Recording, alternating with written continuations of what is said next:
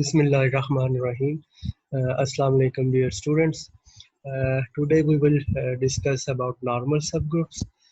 Last lecture में हमने ये सीखा था कि किसी भी ग्रुप में सेंटर कैसे निकालते हैं और किसी भी सब ग्रुप जो है उसका सेंट्रलाइजर और नॉर्मलाइजर जो है वो कैसे निकाला जाता है। तो उसी डिस्कशन को इस लेक्चर में हम आगे कंटिन्यू करेंगे। सबसे पहले ये डेफिनेशन है कि किसी भी ग्रुप में आपके पास कोई एलिमेंट हो x, तो then the element of the type gx g inverse is called conjugate of x। ठीक है, तो किसी भी एलिमेंट के कॉरिस्पॉन्डिंग आप ये कॉन्जुगेट जो है वो इस तरीके से डिफाइन करेंगे।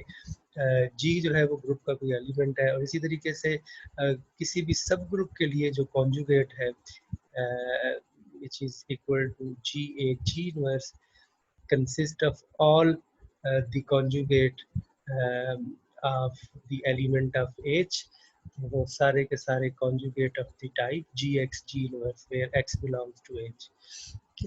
तो conjugate of an element and the conjugate of the subgroup. Now ये जो किसी भी सब ग्रुप में जो कॉन्जुगेट्स है वो भी सब ग्रुप होता है। अगर एज सब ग्रुप है तो this the conjugate of H is also a subgroup of जी।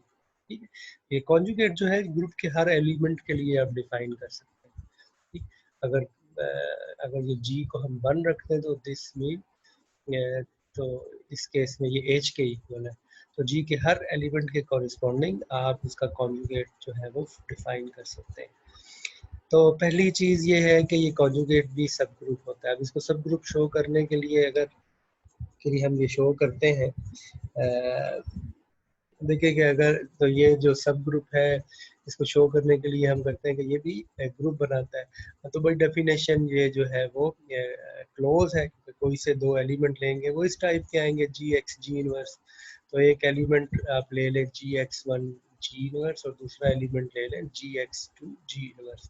तो खैर ये यहाँ पर हमने ये किया हुआ है। तो फर्स्टली ये आइडेंटिटी एलिमेंट जो है वो इसमें एग्जिस्ट करता है, बिकॉज जी की जगह आप 1 ले लें तो 1 into h into 1 inverse which is equal to ऐसे लिखा जा सकता है। तो एच की वैल्यू जो है आपने 1 ले ली, जी इज द फिक्स एलिमेंट, तो जी इनवर्स का कैंसिल हो गया, तो इट मीन के 1 जो है वो भी इसमें मौजूद है। अब हम इसकी क्लोजर प्रॉपर्टी देखते हैं कि अगर हम कोई से दो एलिमेंट लें, से ए जो है वो उसे जी एक्स जी इनवर्स ले लें और बी जो है उसे जी वाई जी इनवर्स ले लें। ठीक है, तो इस सेट के जो एलिमेंट है उसमें जी जो है वो फिक्स है। आप एच के एलिमेंट को वेरी करेंगे तो आपके पास एलिमेंट जनरेट हो जाएंगे, एक्स और वाई एच के एलिमेंट। अब इन दोनों को मल्टीप्लाई करें, जब हमने मल्टीप्लाई किया जी इनवर्स जी से कैंसिल हो जाएगा और हमारे पास इस तरह का एलिमेंट आ जाएगा। अब एक्स और वाई दोनों ही एच के एलिमेंट है और एच सब ग्रुप है और सब ग्रुप जो है वो क्लोज होता है, इस वजह से एक्स वाई भी एच का एलिमेंट है। तो इट मीन कि ये जो है इस कॉन्जुगेट में, इस सब ग्रुप के कॉन्जुगेट में बिलोंग करेगा। अब इसी तरह से हर एलिमेंट का इन्वर्स जो है वो भी बिलोंग करता है, बिकॉज कि अगर आप ये एलिमेंट ले लें, इसमें आर्बिट्रेरी एलिमेंट, तो इसका इन्वर्स जो है अगर आप निकालें this will be equal to g x g inverse. तो आप जी को आप ऐसे लिख सकते हैं, दिस इज एक्चुअली जी, इसको जी इनवर्स होल इनवर्स लिख सकते हैं into x inverse into g inverse और which is equal to this. अब देखें ये सारे एलिमेंट जो है वो इसी में ही बिलोंग करते हैं। इट मीन कि ये जो है इनवर्स भी हर एलिमेंट का इस सेट इसमें एग्जिस्ट करता है, तो ये जो है वो सब ग्रुप हो जाएगा। तो इट मीन कि अगर आपके पास एक सब ग्रुप हो तो उसके कॉरिस्पॉन्डिंग आप बहुत सारे कॉन्जुगेट सब ग्रुप डिफाइन कर सकते हैं और हर एक कॉन्जुगेट जो है वो सब ग्रुप होगा। यहाँ से डेफिनेशन है कि सब ग्रुप एंड देखिए, यहाँ देखिए आपके पास जैसे ही सब ग्रुप हो तो उसके कॉरिस्पॉन्डिंग बहुत सारे आप कॉन्जुगेट सब ग्रुप डिफाइन कर सकते हैं। हमने देखना है कि उनमें से कौन सा सब ग्रुप ऐसा है, देखिए ये सारे जो है अब जी के हर पॉइंट के कॉरिस्पॉन्डिंग ये कॉन्जुगेट डिफाइन होगा। हमने देखना है कि इनमें से वो वाला सब ग्रुप जो कि एच में कंटेन करेगा उसे नॉर्मल सब ग्रुप कहें। Subgroup n is normal if and only if for all G belongs to G the conjugate of N is contained in N. तो वो वाला सब ग्रुप कॉन्जुगेट सब ग्रुप नॉर्मल सब group कहलाएगा जिसका जो कॉन्जुगेट है सारे के सारे कॉन्जुगेट, ठीक है, for all g g this condition हो। तो इसको हम ऐसे भी लिख सकते हैं कि for all x belongs to n, ठीक है, यहाँ से कोई भी अगर, क्योंकि g जो है वो फिक्स है, for all x belongs to n and for all g belongs to g this condition hold. तो इसको आप ऐसे भी लिख सकते हैं, इसी की डेफिनेशन है। एक सेट दूसरे का सबसेट कब होता है? जब इसका हर एलिमेंट जो है वो इसमें हो। तो रिमेंबर, जब भी आप नॉर्मल सब ग्रुप निकाल रहे हो तो आप असल में क्या फाइंड आउट कर रहे हैं कि उसके सारे के सारे जो कॉन्जुगेट सब ग्रुप है वो उसी सेट में कंटेन करेंगे, और जो किसी भी सब ग्रुप में, किसी भी ग्रुप में जो ट्रिवियल नॉर्मल सब ग्रुप है वो एक तो ये आइडेंटिटी सब ग्रुप है, और जी खुद जो है ये हमेशा ही नॉर्मल सब ग्रुप होगा। अब ये कुछ कंडीशन है किसी सब ग्रुप को अगर आपने प्रूव करना है कि वो नॉर्मल सब ग्रुप है, तो ये सारी कंडीशन इक्विवेलेंट है। तो इनमें से कोई भी कंडीशन आप सेट प्रूव कर दें तो सब ग्रुप जो है वो नॉर्मल सब ग्रुप हो जाएगा। फर्स्ट कंडीशन ये है कि n is a normal subgroup of G। तो बी कंडीशन है कि फिर उसके कॉन्जुगेट जो है वो n में कंटेन करेंगे, ये बाय डेफिनेशन है। इसी तरीके से अगर B ट्रू है तो स्टेटमेंट C भी ट्रू होगी, तो फिर ये कॉन्जुगेट जो है उस n के इक्वल होगा। डी कंडीशन जो है वो बता रही है कि Gn is equal to Ng, यहीं से ही हम ड्राइव कर लेंगे। और ई कंडीशन है कि अगर ये दोनों ट्रू हो तो इट मीन कि every right coset of n in G is a left coset. तो ये प्रोपोजिशन हमें बता रही है कि अगर आपने किसी सब ग्रुप को नॉर्मल सब ग्रुप शो करना है तो आप इन पांचों में से कोई कंडीशन जो है वो प्रूफ कर दें। तो देखें, ये फर्स्ट जो है ए से बी तो बाय डेफिनेशन फॉलो है, क्योंकि n is a normal subgroup of G, तो फिर ये कंडीशन होल्ड करती है। अब बी से सी अगर आपने प्रूव करना है तो हमें ये प्रूव करना होगा कि ये तो इसका सबसेट है बी, क्योंकि हमने प्रूव करना है कि n भी इसका सबसेट है। तो ये B implies C for any G belongs to G। हमें ये पता है कि G एंड G इनवर्स जो है इसको हम ऐसे लिख सकते हैं, G जो है इसको हम G इनवर्स होल इनवर्स लिख सकते हैं। तो this element will be contained in N। तो यहाँ से आप ये लिख सकते हैं कि Gn is equal to G inverse G, और ये जो है हमारे पास दिस विल बी, ये जो चीज है G इनवर्स जो है ये n का सबसेट है, तो इट मीन कि this set this will be a subset of Ng। तो हमारे पास Gn जो है वो Ng का सबसेट है। अब n को जो है वो आप ऐसे लिख सकते हैं G इनवर्स इंटू GFn। अब ये जो आपके पास ब्रैकेट में लिखा हुआ है Gn which is contained in Ng, तो इट मीन कि ये जो n है this is contained in G inverse Ng, because के ये जो है Gn ये Ng का सबसेट है, तो ये सारा जो है वो G इनवर्स Ng का सबसेट हो जाएगा। तो इट मीन कि n जो है वो कंटेन करेगा, और यहाँ से हम ये कह सकते हैं कि n और उसके कॉन्जुगेट इक्वल हो। और इसी तरह से अगर C इम्प्लाइज D, C जो है वो हमारे पास ये है, यहाँ से आप ट्रिवली दोनों साइडों पे G को मल्टीप्लाई करें तो ये कंडीशन प्रूव हो जाएगी। अब कंडीशन D को ट्रू मानते हुए हम कंडीशन E को प्रूव करेंगे। तो इसके लिए कंडीशन E जो है वो हमें बता रही है कि हमने प्रूव करना है कि हर राइट कोसेट जो है वो कोई ना कोई लेफ्ट कोसेट है। तो अगर हम कहें कि that Ng is a right coset, तो फिर ये है ये कोई ना कोई लेफ्ट कोसेट के इक्वल होगा। सपोज के ये G डैश n के इक्वल, तो इसको हम प्रूव करते हैं। Since one is an sorry, ये जो D से E जो है ये तो ट्रिवियल है, जैसे ये ये जो g n is equal to n, it mean कि हर लेफ्ट कोसेट राइट कोसेट। अब ई से ए हम प्रूव करेंगे कि every right coset of n in g is a left coset, तो हम प्रूव करेंगे कि n is a normal subgroup. N को नॉर्मल सब ग्रुप प्रूव करने के लिए हमें ये कंडीशन जो है वो प्रूव करनी होगी। तो हम क्या कहते हैं कि तब हमें ई स्टेटमेंट है कि every right coset is left coset, so suppose ng is a right coset, so then this will be equal to some left coset, say g dash है। तो क्योंकि वन जो है वो इस सेट में बिलोंग करता है, तो इसको हम इस तरीके से लिख सकते हैं। तो बिकॉज एन जी जो है यहाँ पे एन जी की वैल्यू पुट कर दी जी dash, so we have 1 is equal to g inverse g dash into some element of n. It follows that for each element of n is the coset g inverse g dash n, which is equal to g inverse ng.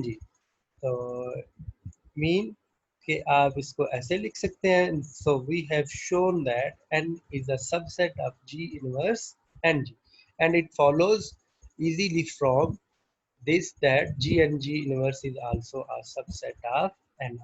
आप पहले इस side पे g से multiply करें, ये gn आ जाएगा, आप दोनों साइडों पे g इनवर्स से मल्टीप्लाई करें तो हमारे पास ये कंडीशन आ जाएगी। तो इट मीन कि n जो है वो नॉर्मल सब ग्रुप हो जाएगा।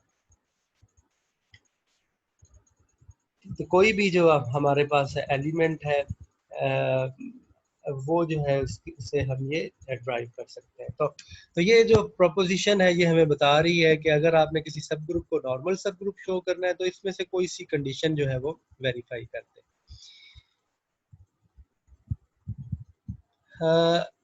अब यहाँ पर हम रिकॉल करते हैं कि इंडेक्स जो है किसी सब ग्रुप का वो क्या होता है। तो index of a subgroup is actually the collection of all left और right cosets of H in G, और in case of a normal subgroup left और राइट कोसेट्स इक्वल ही होते हैं। तो इसको हम इंडेक्स को आई एफ एज से डिनोट करते हैं, and it is equal to order of G divided by order of H. तो किसी भी फाइनाइट ग्रुप में इंडेक्स का ऑर्डर निकालना, इंडेक्स निकालना आसान है। उसका इंडेक्स किसके इक्वल होगा, नंबर ऑफ लेफ्ट और राइट कोसेट्स, और उसका फॉर्मूला क्या है कि आप जी का ऑर्डर निकाल लें और डिवाइड कर दें उसे एज के ऑर्डर से। तो ये उसका इंडेक्स निकालने का तरीका है। आप कुछ एग्जांपल्स हैं। तो सबसे पहले जब हम ये देखते हैं कि किसी भी सब ग्रुप को ये चेक करना हो कि वो नॉर्मल सब ग्रुप है, तो हमारे पास कुछ डायरेक्ट वेज हैं। सबसे पहले अगर तो ग्रुप अबिलियन है, देखिए हमने करेक्टराइजेशन की थी, दो तरह के ग्रुप्स हैं, अबिलियन और नॉन अबिलियन। और अबिलियन ग्रुप की फर्दर करेक्टराइजेशन थी कि वो साइक्लिक हो सकते हैं या फिर वो नॉन साइक्लिक। तो जो भी ग्रुप अबिलियन होगा उसका हर सब ग्रुप नॉर्मल है, ठीक है। तो अबिलियन ग्रुप के लिए तो फुल्ली करेक्टराइजेशन हो गई कि हर सब ग्रुप जो है वो नॉर्मल सब ग्रुप होगा। ऐसा क्यों है, बिकॉज के आप जब भी कोई से दो एलिमेंट लेंगे, फॉर एनी एलिमेंट जी इन जी, जब भी आप ये सब ग्रुप कंसिडर करेंगे, तो क्योंकि जी जो ये अबिलियन है ये हर एलिमेंट के साथ कम्यूट करेगा और आप इसको कैंसिल कर देंगे तो हमारे पास ये एन के इक्वल आ जाएगा। तो इस वजह से हर जो सब ग्रुप है वो ऑटोमेटिकली नॉर्मल सब ग्रुप बन जाएगा। तो ये तो है अबिलियन। अब ग्रुप जो है जब अबिलियन ना हो तो उस केस में वो ग्रुप जो है वो फाइनाइट भी हो सकता है और इनफाइनाइट भी हो सकता है। लेकिन अगर ग्रुप फाइनाइट है तो उसके सब ग्रुप को नॉर्मल प्रूव करने का एक और तरीका है कि आप उसका इंडेक्स निकालें, ठीक है। तो ये एग्जांपल्स हमें जो है वो बता रही है कि अगर कोई सब ग्रुप ऐसा है जिसका इंडेक्स 2 है तो फिर वो लाजमन नॉर्मल होगा। ऐसा क्यों है, बिकॉज के जब हम कहते हैं कि सब ग्रुप का इंडेक्स 2 है तो इट मीन कि हम कह रहे हैं कि उसमें दो डिस्टिंक्ट लेफ्ट और राइट कोसेट्स। तो H हैज 2 लेफ्ट कोसेट्स, क्योंकि ये then if G is in H, the left coset GH is equal to H as it is the right coset HG। तो एक जो उसमें कोसेट होगा, अगर तो आप कोई एलिमेंट जो है वो एज में से लेंगे तो उसके कॉरिस्पॉन्डिंग जब आप लेफ्ट कोसेट निकालेंगे तो वो जी एच आएगा, and this is equal to H because G is an element of H. G के एलिमेंट को एच के एलिमेंट से मल्टीप्लाई करेंगे तो वो एच ही आ जाएगा। इसी तरह से राइट कोसेट भी उसी के इक्वल होगा। तो इट मीन कि एक कोसेट हमने डिटरमिन कर लिया कि उसमें लेफ्ट और राइट कोसेट इक्वल है। इसी तरह से अगर जी जो है वो एच में से एलिमेंट ना ले, अब देखिए एक जो कोसेट है वो एच खुद है। अब कोई हम ऐसा एलिमेंट लेते हैं जो कि एच में नहीं है, तो उस केस में जो लेफ्ट कोसेट है उसको हम डिफाइन करते हैं g into h, then this must equal to g minus h. तो ये जो है जी माइनस एच के इक्वल है, ठीक है, क्योंकि एच हमने इसमें से निकाल दिया। Since there are only two left coset and the left coset partition g, और ये भी हमें पता है ये पार्टीशन करते हैं, तो इट मीन के दिस और एच जी जो है ये एक और कोसेट है, तो ये दोनों लाजमन इक्वल होने चाहिए बिकॉज कि हमारे पास टोटल दो ही जो है वो कोसेट है। जी एच जो है वो एच के इक्वल नहीं हो सकता, तो फिर जी एच और एच जी लाजमन एक दूसरे के इक्वल होंगे, अदरवाइज फिर हमारे पास तीन कोसेट बन जाएंगे। इस वजह से G H must be equal to H जी।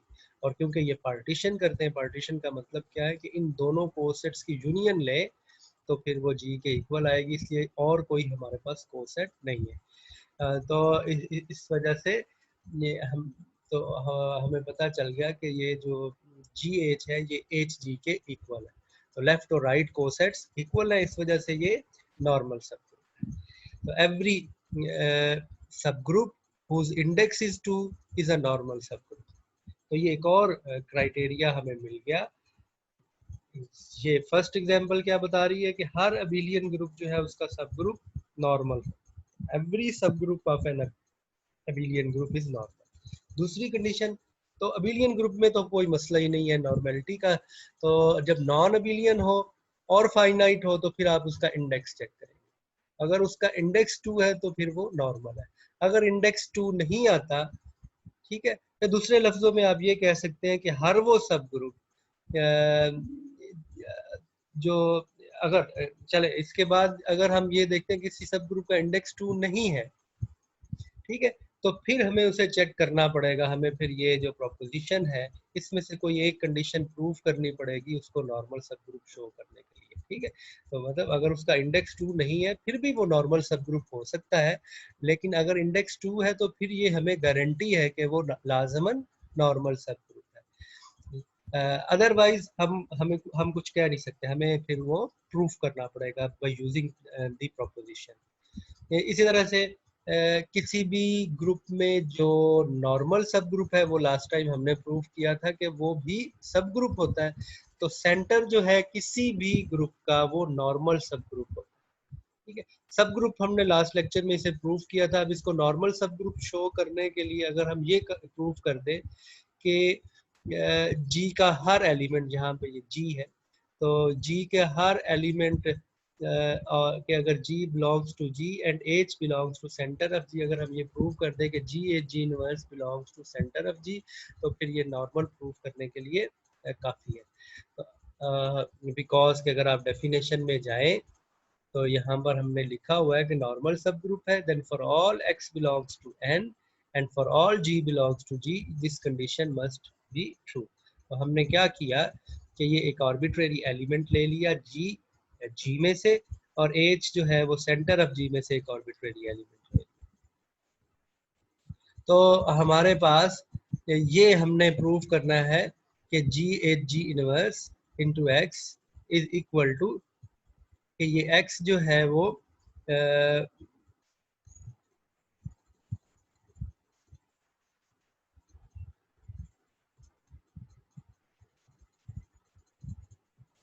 तो ये जो है वो सेंटर जो है उसमें से यहाँ से कोई भी एलिमेंट ले उससे प्रूफ कर दे कि ये जो जी इस सॉरी ये जो एलिमेंट है इसको अगर आपने सेंटर में प्रूफ करना है तो इसे आप प्रूफ कर दें कि जी के हर एलिमेंट के साथ कम्यूट करता है। तो ये हमने आर्बिट्रेरी एलिमेंट x लिया, और क्योंकि जी ये एच जो है वो सेंटर का एलिमेंट है, एच जी ये कम्यूट कर जाएगा, जी into G inverse कैंसिल हो जाएगा. This will be equal to HX and this will be equal to XH because H जो है वो ये हमारे पास जो HX है this will be equal to XG, ये H सेंटर का एलिमेंट है और इस 1 की जगह हम G into G इनवर्स लिख सकते हैं. अगेन सम मैनिपुलेशन और हमारे पास आ जाएगा कि X into G H G inverse. तो ये जो है हमारे पास G H G इनवर्स ये G के हर एलिमेंट से कम्यूट करता है और सेंटर में एलिमेंट तभी जाएगा जब वो G के हर एलिमेंट से कम्यूट करेगा. So this implies this belongs to center of G और सेंटर ऑफ G जो है वो नॉर्मल हो जाएगा. तो अब ये तीन चीजें हमारे पास आ गई कि फर्स्टली कि अगर अबिलियन ग्रुप हो तो उसका हर सब ग्रुप नॉर्मल है. दूसरी चीज कि अगर ग्रुप अबिलियन नहीं है तो उसका इंडेक्स निकाल लें, इंडेक्स अगर 2 है तो फिर वो नॉर्मल है. और तीसरी चीज क्या है कि अगर आप सेंटर निकाल सकते हैं ग्रुप का तो वो भी नॉर्मल होगा. ये कुछ एग्जांपल्स हैं. ये Z जो है group of integer under addition is a normal subgroup of Q. ये क्यों है? बिकॉज Q अबिलियन ग्रुप है और ये उसका सब ग्रुप है. इस वजह से हर सब ग्रुप जो है वो अबिलियन ग्रुप का नॉर्मल होगा. इसी तरह से Z जो है वो R का भी set of real number under addition का भी सब ग्रुप होता है, ये उसका भी नॉर्मल सब ग्रुप होगा. और इसी तरह से बाकियों का. और इसी तरह Z जो है उसके सब ग्रुप कौन से? N इंटू Z के फॉर्म. तो N इंटू Z जो है under addition is a normal sub. तो इसका हर सब ग्रुप नॉर्मल है और इसका हर सब ग्रुप किस तरह का होगा? वो इस तरह की फॉर्म का होगा. तो ये तो इन्फिनिट अबिलियन ग्रुप्स हैं, ये सारे इनके हर सब ग्रुप नॉर्मल है. अब हम नॉन अबिलियन ग्रुप में आए तो नॉन अबिलियन ग्रुप में Sn जो है वो हमने पढ़ा है group of permutation for n greater than equal to 3. और An क्या है? This is the group of even permutation. और ये जो है Sn इसका ऑर्डर हमने पढ़ा था n फैक्टोरियल. और An क्या होता है? This is group of even permutation. इसका ऑर्डर क्या होगा? n factorial over 2. तो अब अगर आप इंडेक्स निकालेंगे इसका तो इंडेक्स क्या है कि number of element in Sn divided by number of element in An. तो डिवाइड करेंगे तो हमारे पास इंडेक्स 2 आ जाएगा. तो इस मीन कि An जो है वो नॉर्मल सब. इसी तरह से हम अगर ये S3 जो है ये टिपिकल एग्जांपल है इसी को ही कि इसी को किया गया कि अगर आप n की जगह यहाँ पे 3 ले लें तो S3 जो है ये हमारे पास ये 6 एलिमेंट. इसमें अब देखें कि ये जो तीन है एलिमेंट्स आइडेंटिटी 1 2 3 1 3 t, तो ये इवन परम्यूटेशन है, ये भी इवन परम्यूटेशन है क्योंकि इसे प्रोडक्ट ऑफ ट्रांसपोजिशन में लिखें तो this is equal to 1 2 and 1 3. तो दो आपके पास ट्रांसपोजिशन है तो ये भी इवन परम्यूटेशन है और ये भी इवन परम्यूटेशन है. और आइडेंटिटी जो है वो हमेशा ही इवन परम्यूटेशन होती है. तो ये जो सब ग्रुप है ये नॉर्मल सब ग्रुप है क्योंकि इसका इंडेक्स 2 है. इसमें 3 एलिमेंट है और ग्रुप में 6 एलिमेंट है. तो 6 divided by 3 is equal to 2. लेकिन डायरेक्टली आप इस प्रॉपर्टी को यूज कर सकते हैं. तो अब आपने ये डिटर्म अब देखिए ये जो आपके पास एक और सब ग्रुप है आइडेंटिटी इंटू 2 3, ये 2 3 से जनरेट होने वाला साइक्लिक सब ग्रुप है क्योंकि 2 3 का ऑर्डर 2 है क्योंकि 2 3 जो है वो ट्रांसपोजिशन है. तो आपने डिटरमिन करना है कि क्या ये नॉर्मल सब ग्रुप है इस तरीके. क्योंकि आप देखें इसका इंडेक्स जो है वो 2 नहीं आ रहा. आप अगर इसका इंडेक्स निकालना है इस सब ग्रुप का तो this index will be equal to 3. तो इसके बारे में हम कुछ नहीं कह सकते. तो अब हम क्या करेंगे कि आप इसमें सारे के सारे लेफ्ट और राइट कोसेट्स जो है वो निकालेंगे और देखेंगे या फिर इसका आप नॉर्मलाइजर निकाल लें. ठीक है. तो और क्या देखेंगे क्या इसका नॉर्मलाइजर जो है वो n के इक्वल है. तो अगर तो वो पूरे का पूरा S3 के इक्वल होगा तो फिर ये नॉर्मल सब ग्रुप बन जाएगा. अगर ये नॉर्मल सब ग्रुप नहीं तो आपने कोई सा एक एलिमेंट यहाँ से ढूंढना है जो कि इस सेट के साथ कम्यूट नहीं करता. इस तरह से हमने एक और सब ग्रुप लास्ट टाइम हमने पढ़ा था डायहेड्रल ग्रुप. तो डायहेड्रल ग्रुप ऑफ ऑर्डर 8 जो है उसमें दो हमारे पास जनरेटर्स होते हैं. This is the presentation. ठीक है. अगेन प्रेजेंटेशन का मतलब क्या होता है कि राइट करे ग्रुप को in terms of its generators and relation. तो यहाँ पे जनरेटर आर एस है और ये रिलेशंस है. यहाँ से हमारे पास ये 8 एलिमेंट आ गए. अब इसमें देखें जो सब ग्रुप है 1r square, this is a normal subgroup of D4 because it is the center of D4. Last time मैंने आपको एक्सरसाइज दी थी कि आप D4 का सेंटर निकालें। तो उसका सेंटर क्या होता है 1 और R स्क्वायर। तो ये जो सेंटर है ये नॉर्मल सब ग्रुप है बाय द प्रोपोजिशन। इसी तरह से एक और सब ग्रुप अगर हम ये ले 1R R square R cube, तो पहले तो आपको पता हो कि ये सब ग्रुप है। ये सब ग्रुप क्यों है? क्योंकि ये साइक्लिक सब ग्रुप है, R से जनरेट होने वाला। ठीक है, तो साइक्लिक सब ग्रुप निकालना बहुत आसान होता है किसी भी ग्रुप में, कि आप जिस एलिमेंट के आप उस एलिमेंट का ऑर्डर निकालें और उससे जनरेट होने वाले एलिमेंट जो है वो एक सब ग्रुप बनाएंगे। तो दिस इज अ सब ग्रुप जो कि नॉर्मल सब ग्रुप है। ये क्यों नॉर्मल है? क्योंकि इसका इंडेक्स 2 है। देखेंगे ग्रुप का ऑर्डर 8 है, इस सब ग्रुप का ऑर्डर 5 है, तो 8 divided by 4 is equal to 2। तो हर सब ग्रुप जिसका इंडेक्स 2 है वो नॉर्मल होगा।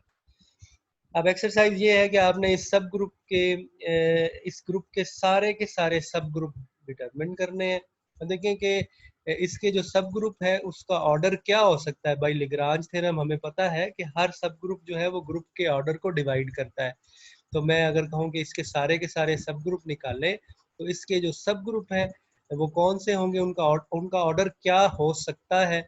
या तो उनका ऑर्डर 1 होगा, या 2 होगा, या 4 होगा, या फिर 8 होगा। ठीक है, क्योंकि सब ग्रुप का ऑर्डर ग्रुप के ऑर्डर को डिवाइड करता है। तो ऑर्डर 3 का इसका कोई सब ग्रुप नहीं हो सकता, बिकॉज 3 डज नॉट डिवाइड 8। ठीक है, इस तरह ऑर्डर 5 का कोई सब ग्रुप नहीं हो सकता, ऑर्डर 6 का कोई सब ग्रुप नहीं होगा। तो ऑर्डर 1 का सब ग्रुप तो ये ट्रिवियल सब ग्रुप ही है, वो नॉर्मल होगा। और डी ऑर्डर 8 का सब ग्रुप ये खुद है, वो भी नॉर्मल होगा। अब आपने निकालने हैं ऑर्डर 2 के और ऑर्डर 4 के जो सब ग्रुप है। तो ऑर्डर 2 के सब ग्रुप जो है, अब सब ग्रुप जो है वो साइक्लिक हो सकते हैं और वो भी हो सकते हैं जो कि साइक्लिक ना हो। तो साइक्लिक ग्रुप कैसे निकलेंगे? आप हर एलिमेंट का ऑर्डर निकाल लें और वहां से आपके पास साइक्लिक सब ग्रुप जो है वो निकल आएंगे। जैसे आर, ये जो एस है इसका ऑर्डर क्या है 2 है, यहाँ से पता चल रहा है स्क्वायर इज इक्वल टू 1। ये जो है ये हमारे पास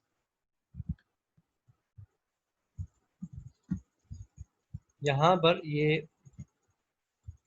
जो है ये दिस इज इक्वल टू 1, तो दिस इज इक्वल टू 1। तो S square is equal to 1 mean कि एस का ऑर्डर 2 है। तो एस से कितने एलिमेंट जनरेट हो रहे हैं 1 और एस। तो साइक्लिक सब group generated by S is consist of 1 and S. तो इस तरीके से सारे के सारे सब ग्रुप निकाल लें, वो साइक्लिक भी हो सकते हैं और कुछ और कोई ऐसा भी होगा कि जो कि साइक्लिक ना हो। ठीक है, वो ग्रुप जो है वो साइक्लिक ना हो, वो भी आपने फाइंड आउट करना है। मतलब कि वो अबिलियन होगा लेकिन वो साइक्लिक नहीं होगा।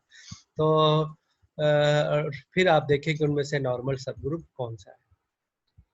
तो अगेन जो क्वेश्चंस हैं वो आप व्हाट्सएप ग्रुप्स में भी कर सकते हैं।